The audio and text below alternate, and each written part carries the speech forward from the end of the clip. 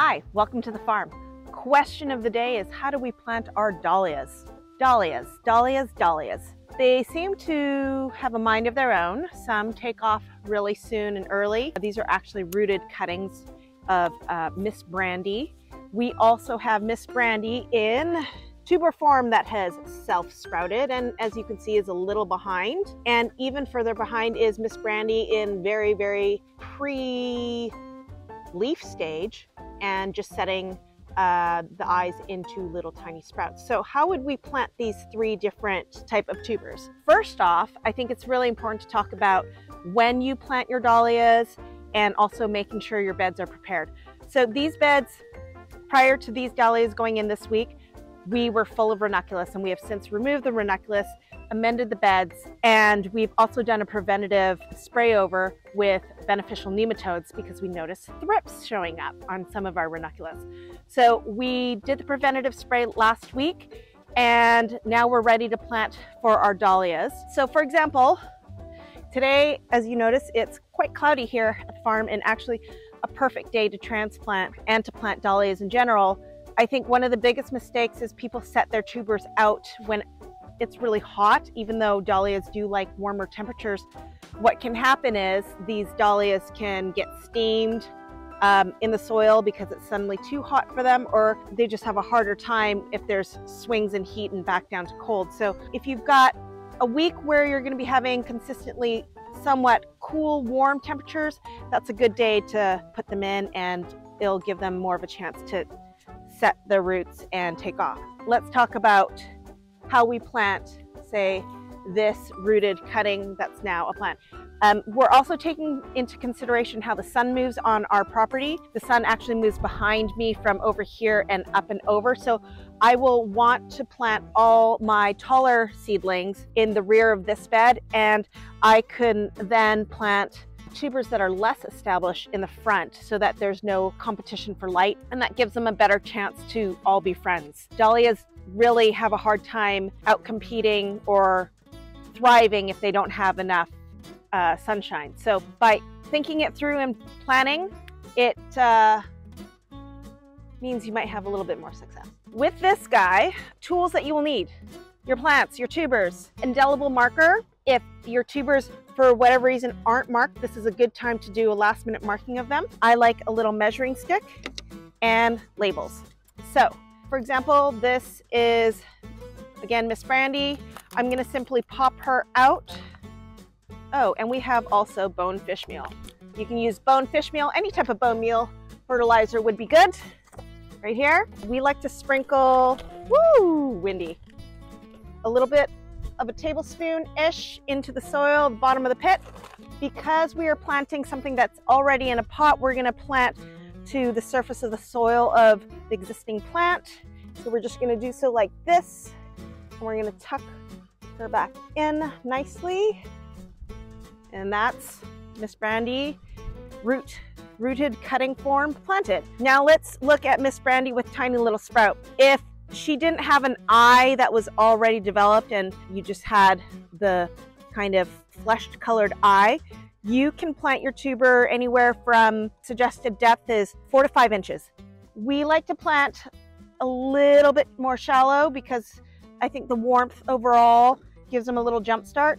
So this hole is not going to be as deep as the pot. So again, we're going to take a little bit of our fish bone meal, sprinkle a little in, work that into the bottom, and then I'm going to plant it into the soil like so, just allowing this leafed out portion to be slightly exposed in the soil, and I will bury over, and then I will also set my marker and make sure you label it. So we're gonna label, and there we go. So we get asked a lot how far apart we plant our dahlias. We plant our dahlias about 12 inches apart, so this is my trusty little stick. So you can see from rooted cutting to rooted cutting is about 12 inches on center, and then we go about 15 inches across the row. And we have found that that is actually plenty of space for our dahlias. So the advantage to closely planting like this is we can get a lot of volume of flowers in a very, very small space, which serves a purpose for us as a microflower farm versus just landscape beauty kind of planting. Dahlias are normally planted 2 to 4 feet apart, just to give plants a lot more room to breathe for air circulation. So that's one of the downfalls of planting this closely, is we have to be very particular about how we care for our dahlias as they grow, and we are doing weekly leaf removal through the lower portion of the plant to make sure and to maintain air circulation. And we're also feeding our plants a lot more, because as you can see, when you're planting in this type of high density situation, there often is not enough nutrition in the soil, and the better you feed your plants during the season, the more they'll produce, and they'll also fight off all the bad diseases and tolerate stress. Say you forget to water your plants for a few days, they'll be able to tolerate the stress a lot better. So here's an example of Miss Brandy that's just sprouted. This has not totally hardened off yet. You can see exposure to the light is starting to turn it a little reddish. So I'm simply going to put this into the hole just with sprinkle tinkle, about a tablespoon of my fish bone meal, and I'm gonna plant this about 2 to 3 inches below the soil level, and I'm just going to backfill over really, really loosely and allow that Miss Brandy to come up. So in a perfect world, all your dahlias would be growing at the same height, at the same rate, at the same time, but unfortunately that's not how dahlias always behave. Even if you plant them all at the same time, throwing them in the ground, same variety of dahlia, not all of them are gonna come up at the same time. By doing it this way, this offers us a little bit more control with plants that have already woken up. It's rare that we will put a dahlia that hasn't sprouted into the ground.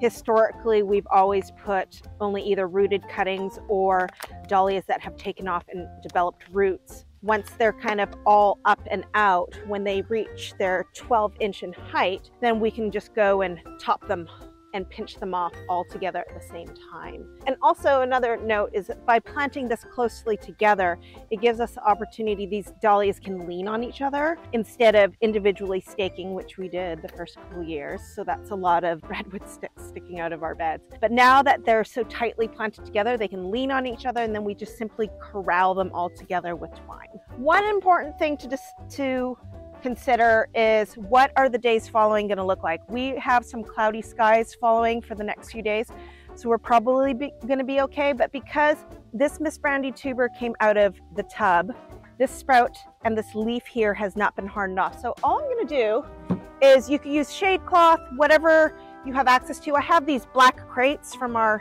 peonies that get shipped to us. So I'm just going to simply place this crate over, and this will give enough sunshine to the dahlia back behind, and it will filter out some of the harsh sunlight, just enough for this little guy to get hardened off over the next week.